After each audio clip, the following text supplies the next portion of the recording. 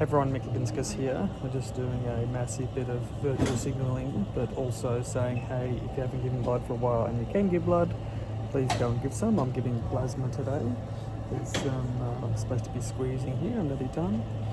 It takes a bit longer, but greatly needed. If you can look at the board way over the back, they show they need nearly all blood types for plasma. Just talking about climate and AI, a really interesting conversation someone had is for every unicorn SaaS company, there's going to be a unicorn AI company.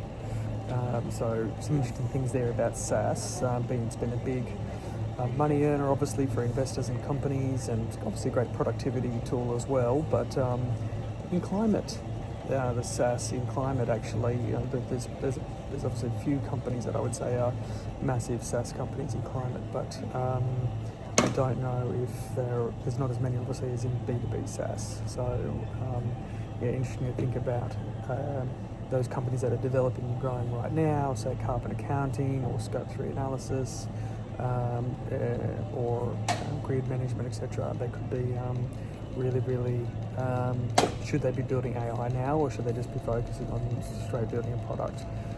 It's an interesting convergence time here where we've got climate technology developing with AI developing at the same time.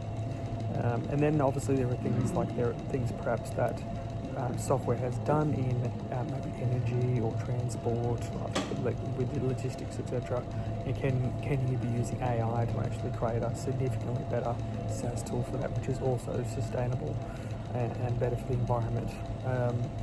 Then if you think about taking it another level, if you're doing all of that with AI and you're combining in policy, regulation, industry integration, etc., then AI becomes perhaps even more relevant. So it's going to be interesting to see, and I think it's an interesting thought process for anyone working in climate.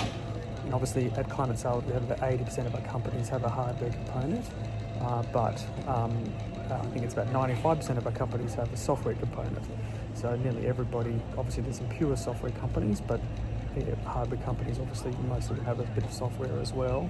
And then software is basically, if you're not putting an AI into it over the next 5 years, then you're probably missing out on some opportunities for maximising value. So if you're using software, it's got to start putting AI in your planning, and I think especially around the complexity of solving climate problems, it's something that AI should be able to do a really great job of. So yeah, interesting to see. And don't forget, go give them blood.